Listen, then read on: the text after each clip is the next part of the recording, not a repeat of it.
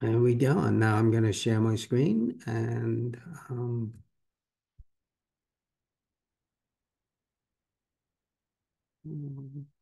hopefully, hopefully we got that. Do you all see my screen? Yes. Wonderful, wonderful. Thank you.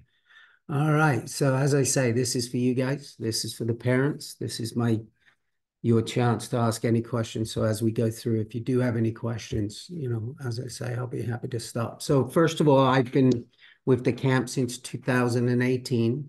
And the camp, Herman's life has really invested a lot in improving the camp since I got here. And one of the things that we've done, a couple of the things that we've done this year, we added the 11-day, 10-night session, which I think is fantastic. And it's really, the parents have responded great with that.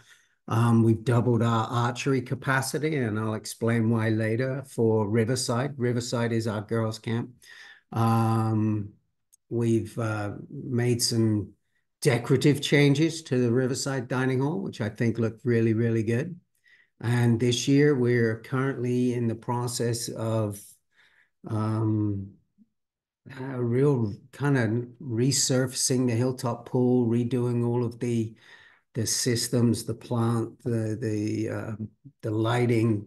Um, you know, and not it's a 200,000 gallon pool. So anybody who has a pool and has done any kind of repair on a pool knows that that's not a small undertaking. And one of the things I'm really excited about is campers, can now come at the age of 7 to the mini camps and they can stay until 14.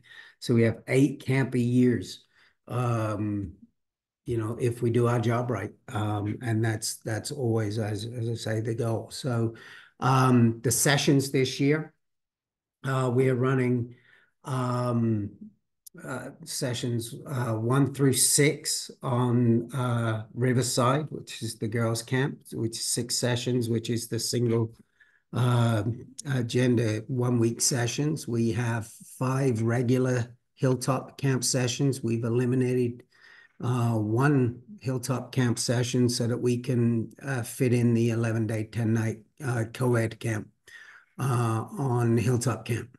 We also have 2 mini camps, and we're uh, really excited for those. Those have been super successful for the last 4 years, 3, 4 years. I think we've been doing those, and they've been very, very popular.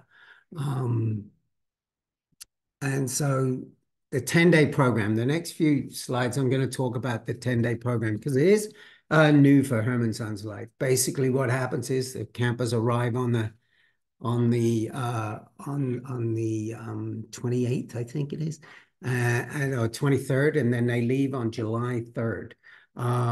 They don't leave camp. You don't pick them up on Saturday or Sunday, and they'll stay in camp the whole time.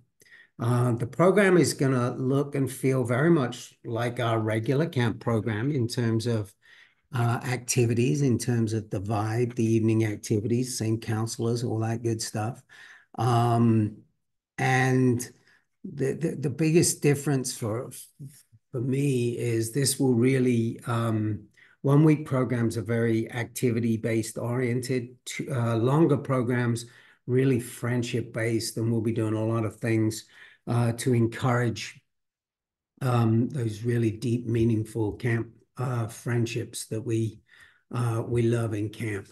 Um, so the way it's going to work is campers come to camp on the Sunday, and then on Monday and Tuesday, it's actually going to be a structured.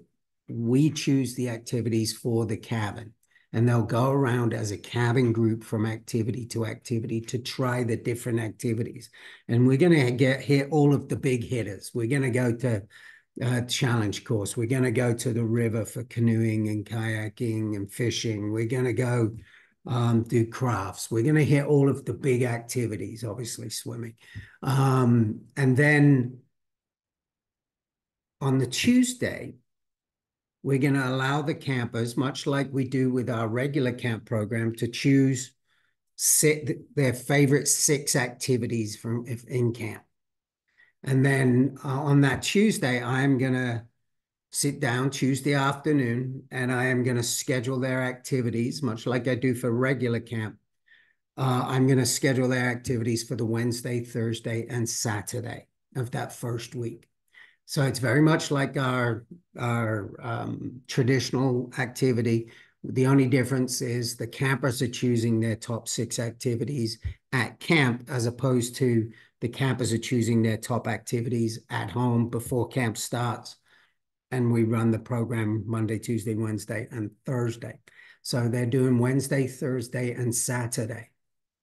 At brunch on Saturday, I did say brunch, the campus will have another opportunity to fill out their top 6 activities, and I will schedule them again for Sunday, Monday, and the Tuesday, so that they get 6 full days of this scheduled activities, 2 days of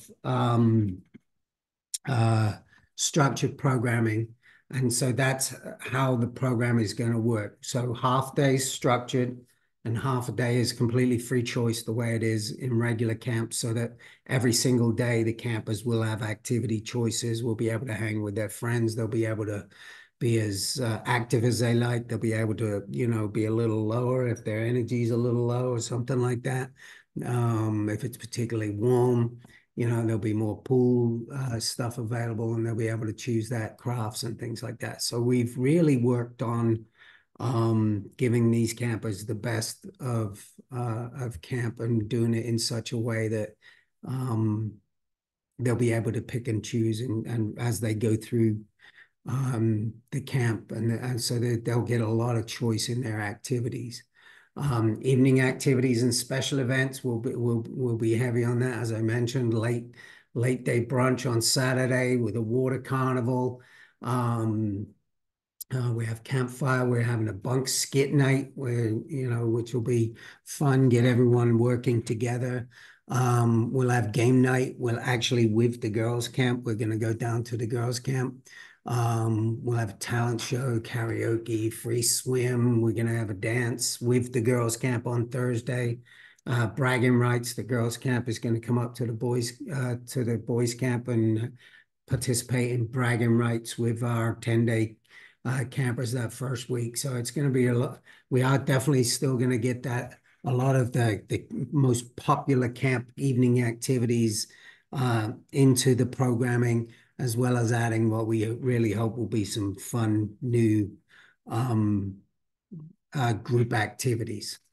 So I'm very excited about this. As I say, the one thing, obviously, a lot of times I hear parents tell me that, their kids, when they go home, they're kind of exhausted at the end of one full week, and that's going to happen. So, Saturday and Sunday, we lower the temperature a little bit. We give them a little extra time for sleep, and so that they have the energy to really give Sunday, Monday, and Tuesday, a really full-on experience for them. Now this is these are the schedules that are going to be we're going to be using, and I will make this slide deck available if you'd like it. This is an overview of a typical daily schedule, and this will be employed during the 10-day and regular camp sessions. Basically, wake up at 7:30. On the girls' camp, they do their structured traditional activities, which I'll talk about in a little bit, in the morning. On the boys' camp, they do, oh, let me go back there. Sorry about that. They do 2 elective activity choices in the morning. And then we flip-flop. The girls do 2 elective choices in the afternoon, and the boys do 3 traditional scheduled activities in the afternoon. Obviously, we have punch break, we have snack in the afternoon. We also have snack in the evening, 3 meals, all included, please don't send any food with your camper. We provide snacks. We provide, all of the punch and stuff like that. Um, yeah, it's a full day. It's a full and busy day. There is quite a decent rest period and relaxation in the middle of the day. Obviously, it's been crazy the last 2 summers, particularly hot. The past 2 summers, and as I say, we adjusted the schedule to make sure we get plenty of rest for our campers, so that they not overexhausted. Dining at camp. So when it comes to eating at camp, basically we have 2 seatings on Riverside and we have 1 seating on Hilltop Camp. Food is cafeteria style, and each dorm has responsibilities, and campers will help with this, with bussing their tables, cleaning and sanitizing the tables. We're in camp, and part of being in camp is group living, and so campers are responsible for, helping clean the tables and the benches and whatnot. Between each meal, we do clean and sanitize the dining hall. We go behind the campers and really work on that. And we do chemical sanitizing of the dining hall at the end of the day. So typical menu. So in the morning, there's, a hot option, typically French toast and bacon, or biscuits and gravy, or waffles and sausages. Lunch, general kid-friendly meals. And obviously, all of these come with, a vegetable, and appropriate sides. And dinner's usually a little bit heavier. Every breakfast, there's always assorted cereals, yogurts, fresh fruit, cut fruit, and juices. And every lunch and dinner, that should say assorted cereals, we leave it out. So if campers, want cereal, they can have cereal. Complete salad bar every lunch and dinner. PB&Js as an alternative. We make hundreds of PB&Js. Fresh fruit, punch, iced tea, available at all of our meals. No one should ever leave the dining hall hungry. Super important. Anybody have any questions about dining? Oh, okay. All right. Actually, I do really quick. My Okay. son has a peanut allergy, so I'm just Okay. wondering what the Well, protocol is for that. yeah, okay. We make the PB&J so that they're not generally, so they're not crazy. And what we would do is, if we know we have a camper that has a peanut allergy, anyone eating a PB&J would be asked to do it kind of at the other end of the table. It's not messy. We make them, we put them in baggies, the Ziploc bags. So that it's not messy, so it's a little safer for campers. Now, when it comes to your son's allergy, is it an airborne allergy or only if he inhales? I, I think it's strictly if he just imbibes like some sort of a peanut. Okay. But obviously the concern is there. I was curious just about the snacks as well. Yeah, well, I don't buy anything that has peanuts in them. Okay. So I do look for that. Uh, that's something that, if there's certain snacks that you would prefer him to have, I'll send you a list in regards to the food. I'll send you a list of what we typically do for snacks, and if we have any questions, we can get together, and I'm certainly willing to sit and talk to you about the food. That's why if we know we have somebody who is allergic to peanuts, we actually, one of the reasons we ask for all the paperwork ahead of time is so I can have a med alert list in the dining hall. I can have the counselors are informed of who's allergic to what, so that if campers eat, we kind of make sure that they're away from each other so that the cross contamination doesn't happen in the dining hall when we're making them. We make peanut butter in one area completely clean and sanitized before we do, and before we move on, make sure that all of the stuff you're meant to do anyway, but making sure that the staff are washing and sanitizing their hands after they've made them. So that's something that I've never had any issues with how we've done Oh, that. perfect. Sounds good. Thank you. I just had to ask the Oh, question, you know. kind of an important question. Right. And totally understand. And that's something that, one of the reasons we ask for the health forms early is because that is, I need to know who's coming into camp and what concerns they have. If I have a camper coming in who has a bee sting allergy, I'd like my counselors to know that before the camper arrives, so that if they're walking from the parking lot to the dining hall and they get a bee sting, I kind of like my staff to know that if this is it's an emergency and we have to take care of it Yeah, quickly, of get them course. to the clinic and stuff like that. So that's the reason that I really push to get those health forms nice and early so we can really review them and do a good job with our med alert lists. So, one of the things that over the last couple of years, I've noticed that, I think what's taken a toll is missing a couple of years or a year and a half of schooling has really affected some kids' social learning. And so, one of the things that we do at the beginning of each session, and we've done this for years, but one of the things we're really focusing on is camper behavior in the dorm and language and how everyone should be treated. And, we're going to be going over the code of conduct with the campers at the beginning of the session so everybody understands that we don't go and sit on, Billy's bed without asking permission. We don't take their stuff without asking permission.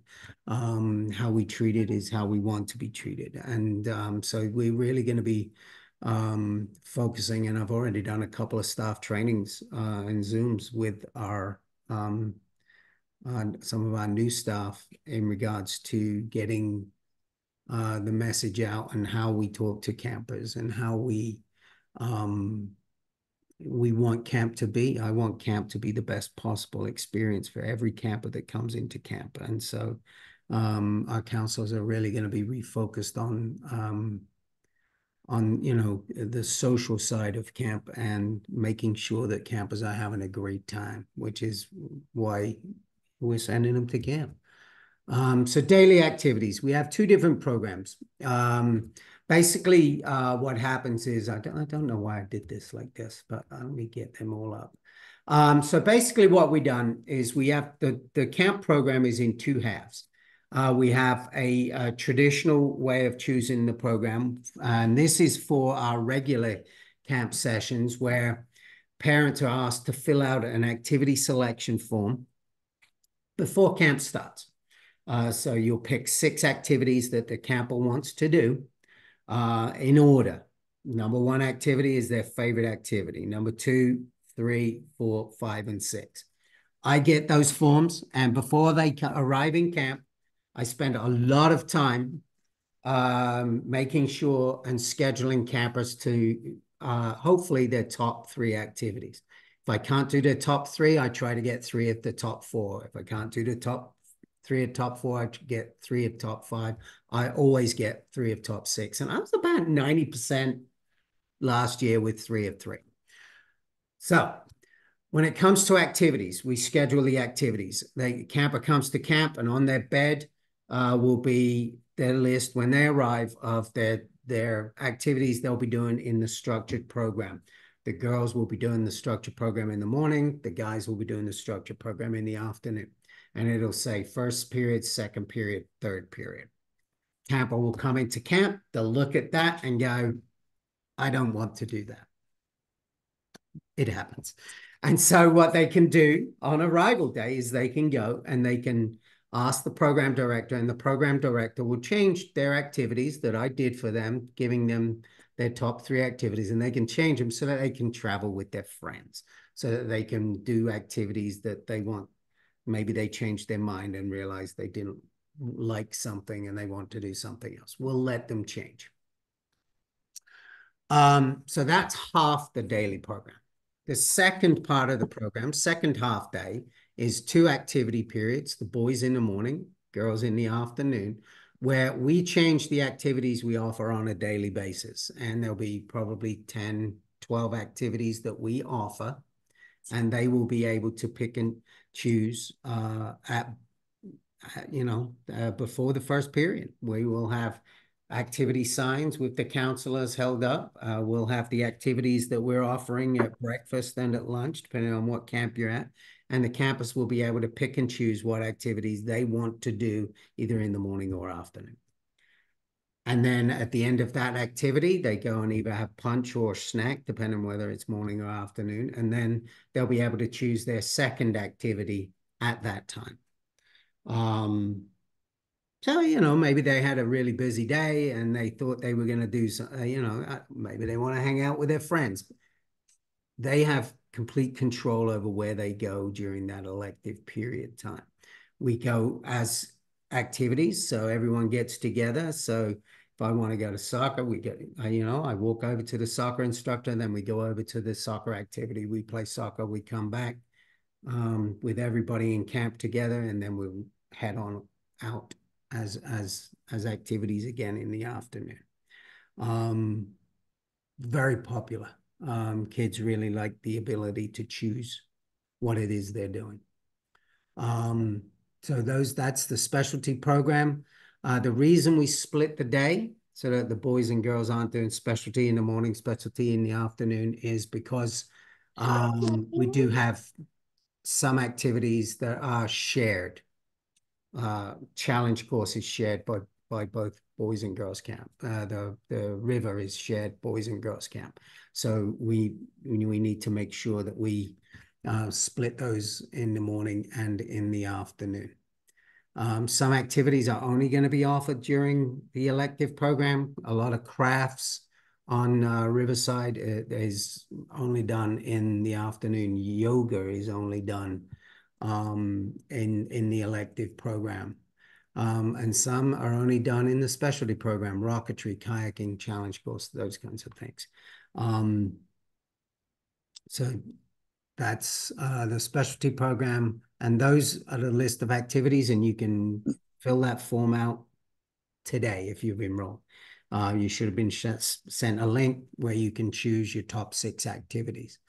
And again, please make sure, and I mentioned this to everybody, is it's really important that the campers help with their choosing of activities, because I want them to get their top 3 activities, and it's definitely a lot easier if I can schedule it ahead of time. The elective program, as I mentioned, we choose on a daily basis. We do, manis and petties on Riverside before the dance. We have Magic the Gathering classes. We do Gaelic football. We'll play netball, rugby. We're using the skills of our overseas staff.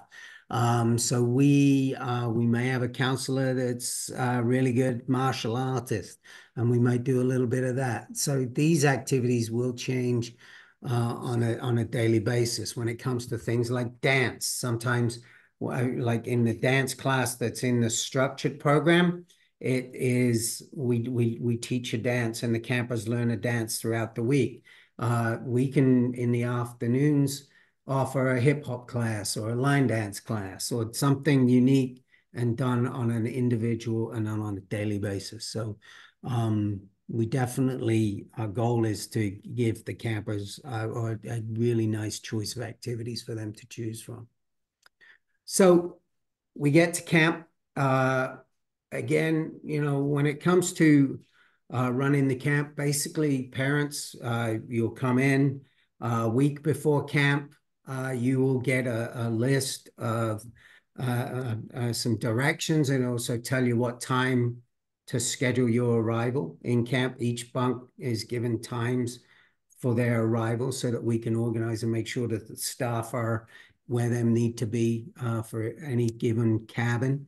We'll also tell you what dorm your child is in. And when it comes to the dorm your child's in, if you have a problem, call me. That's why I do the activities, I do the dorms. I schedule the campus to their dorms, and I'll go over the rules in a little bit. But if you have a problem with it, I'd rather find out ahead of time so I can change it. So on the first day, the camper is not blindsided by a cabin choice that if I made a mistake and missed something. That's why I send it out early. Um, any camper that doesn't have a health history form will not be bunked until I have the health history form. That is critically important. And so please make sure that you send that as soon as possible. So basically, parents, you'll come up at the allocated scheduled time. Please, no RVs, no trailers. We can't handle that in camp. We'll collect any outstanding paperwork at the gate. Stage 2 is you'll drop off medications with the camp nurse. Talk to the camp nurse if you need to. Any questions, queries that you have, you can speak directly to the nurse. We have a medication form that you'll bring with you with the medication that says when it needs to be taken, and we can only administer medication per the label. So if your child's prescribed a medication and it says once a day at dinner, that's when we can do it. We can't give it at any other time. We can't give half a tablet. We can't give 1.5 tablets. It has to be per the label. My nurses can't administer any other way. Stage 3, the third stop is where you drop off the camper with the luggage. Can get out of the car and hug the camper and say goodbye, but we ask that we do it real as quickly because it's actually kinder on the camper to do a nice quick drop off. And then a counselor will take your child to their cabin, introduce them to their counselors, get them involved, and start the process of making friends immediately. And then stage 4 is a mail drop off. We have a table where you can drop off mail to be dispensed throughout the week. This way of drop off is easier on the camper. We've experienced less homesickness on arrival day doing drop off this way than allowing parents to get out of the car, park, help their child unpack, make their bed. That counselors are doing everything that you would do in the cabin, introducing them to friends, getting that process beginning absolutely immediately that they walk into the cabin. It's harder on the parent, I understand that, but it's a lot easier on the campers. What time does arrival typically take place between? Between 2 and 4:30. Okay, great. Unless it's CIT, CITs come in at 1:30, but between 2 and 4:30 would our typical arrival times. Evening activities, Sunday night, depending on the camp, these are tweaked every year a little bit. Monday night's a game night on a traditional camp, typically on Riverside. It's the boys travel down to the girls' camp and we do game night. On Wednesday night, we have the big dance. Now, what's interesting about the dance, it's always every year. So on Friday, at the end of the week, we have a counselor-free dinner when no counselors are in the cabin, and we ask the campers to do a survey for the week and what's your overall experience? How were the daily activities? What was your favorite activity? And rank their counselors, give us a score so that, give me a word to describe your counselors. And what's your favorite nighttime activity? every week that I've done this survey on girls' camp, the number one activity, including the time that we had such a bad storm that the boys weren't able to travel to the girls, the dance is the number one activity every week. On boys' camp, it changes sometimes, but not very often. It's typically capture the flag is the number one favorite boys activity on camp. Um, but that's typically on Wednesday. We have rotations, talent shows. We do a bunch of different evening activities after dinner for the campers.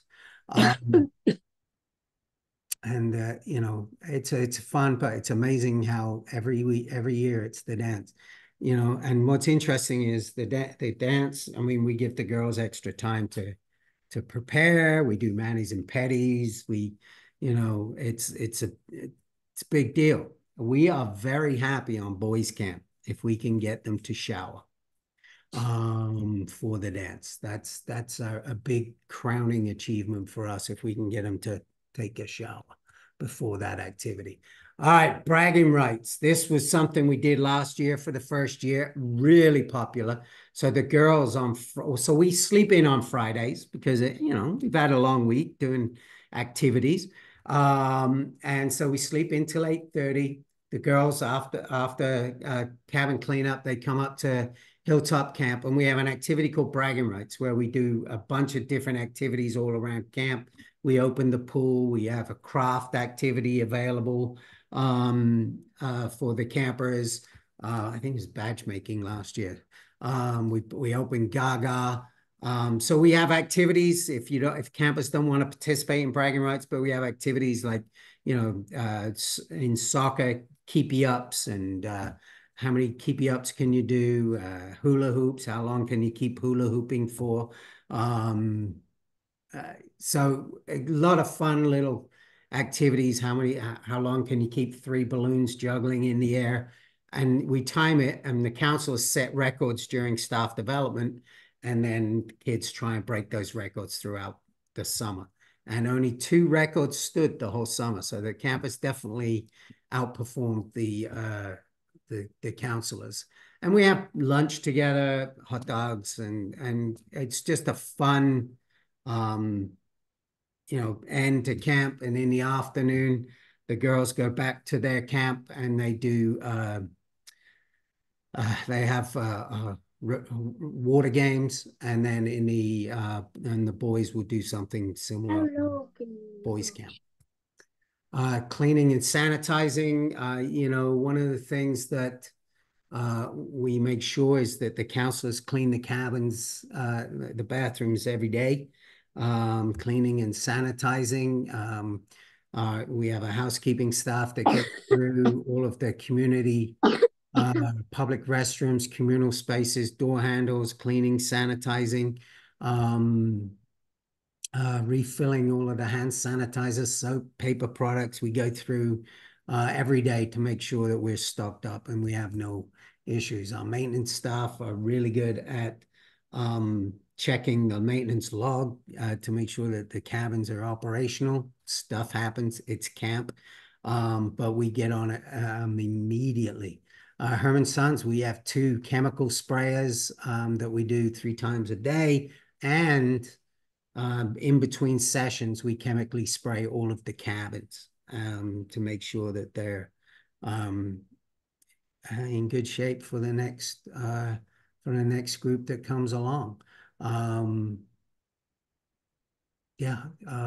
Enrollment process.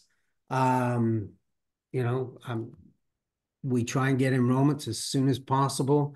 As I say, the enrollment's going.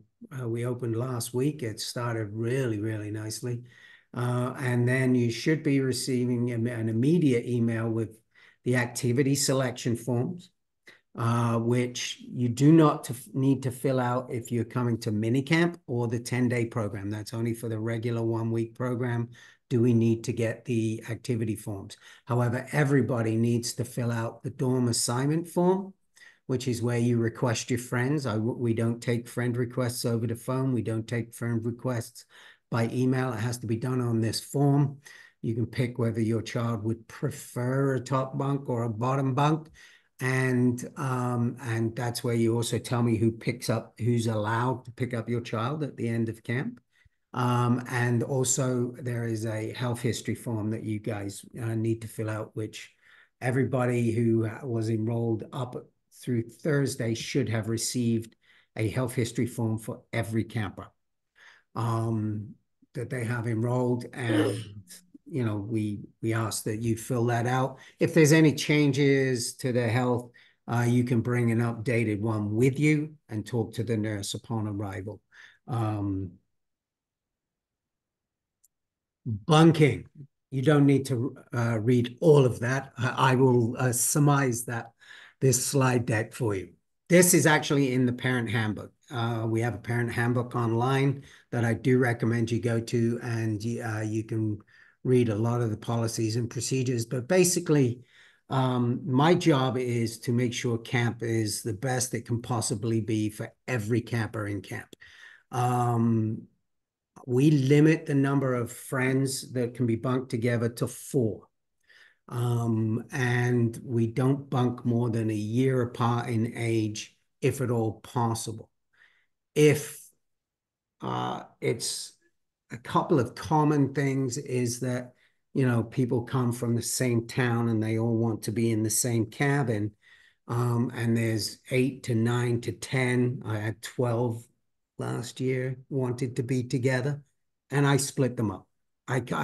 It's not fair to the other girls in the cabin, and I use the phrase girls because it's typically on the girls' side where this occurs when it comes to the bunking. Is you have 12 girls in a cabin, that's 50% of the cabin group, and it's not fair for the girl that comes on her own. It's really hard to break in, and the girls that are to come in together, they don't make as many friends with the other girls in the cabin. They stick to their friends from home, and one of the best parts about camp is making friends. And so what we do is we don't guarantee bed placements. We don't guarantee dorms. We ask you to bunk request. Pick your 3 best and favorite friends, and then amongst yourselves as parents choose. Because what happened, and it happened last year, is I will send an email out to those parents that have all bunked together and said, I can do one of 2 things. I can put you in, I have a smaller cabin that we use when we're really full. I can put them all in there together without other girls in the cabin, or I'm going to split them up. And we work on that. So that's bunking. The goal is I want everybody that walks into that cabin to have the same fair opportunity to have a great time. And age appropriate is very important. Very, very often, parents will want their older child to be bunked with their younger child to make the younger child feel more comfortable. I won't put a 11-year-old in a 13-year-old dorm. I won't do that. So that would mean the 13-year-old would have to go into an 11-year-old dorm, and that's not fair for the 13-year-old. It's really not fair for the 11-year-old either. What I tell parents is they'll see each other as much as they want or as little as they want. They may have scheduled the same activities. They may be at the same activities together. They can schedule half their day to be together if they would like at the pool or doing activities together, because it's a free choice program. Most of the evening activities are done en masse together as whole camp activities. And so it's really important to understand that they'll see each other a lot of the time. And it's not like a traditional program where they're going from activity to activity where never the twain don't meet. That's not the program we run here. So dorms are important, but because of the way our program worked, it's not the be all and end all unless you're the only child going into a cabin with a lot of girls that already know each other. Some important dates coming up. We do have the eclipse here. The total eclipse is coming up, and that's on the 8th. We have Volunteer Work Day, which is a great opportunity for honest students to get volunteer work hours and parents to help us get the camp ready for the summer. If anyone's interested, shoot me an email. Let me know you're coming. We do provide lunch and dinner for that, and some snacks at breakfast, some donuts and stuff. And we also have a company picnic and open houses on June 8th between 9 and 1, where you come up, check out some of the activities we'll be running, archery. We'll probably run dance, do some crafts. We'll do the pool will be open, challenge course will be open, and then you can test drive the food. And that is on June 8th between 9 and 1, and I invite everybody to come to that. Now, if you go to the YouTube channel for Herman Son's life, you'll see some tours of the campsites, Riverside and Hilltop. You'll also see, we'll talk about things like camp beads, if those camp beads and their significance and what they mean. We'll talk about flag raising. We'll talk about general camp stuff. We'll even teach you some line dances that we do at the dance. So I do highly recommend checking the YouTube channel out. As I say, we got line dances, general camp information, some camp songs. I'm always willing to visit lodges for their meetings when invited. You have my cell phone number. It's on pretty much everything I send out. The camp number, if you got my email. Very happy to, I'm here as a source to help the parents out as much as possible. The camp website, we're kind of working on a new website at the moment. I won't be ready quite for this year, but our website has information. We our parent pack. We sent the link to you once you enrolled. We do facility rentals. We have an Amazon wish list, and there's my details right there. So I'm gonna stop the share here. I am going to stop the record.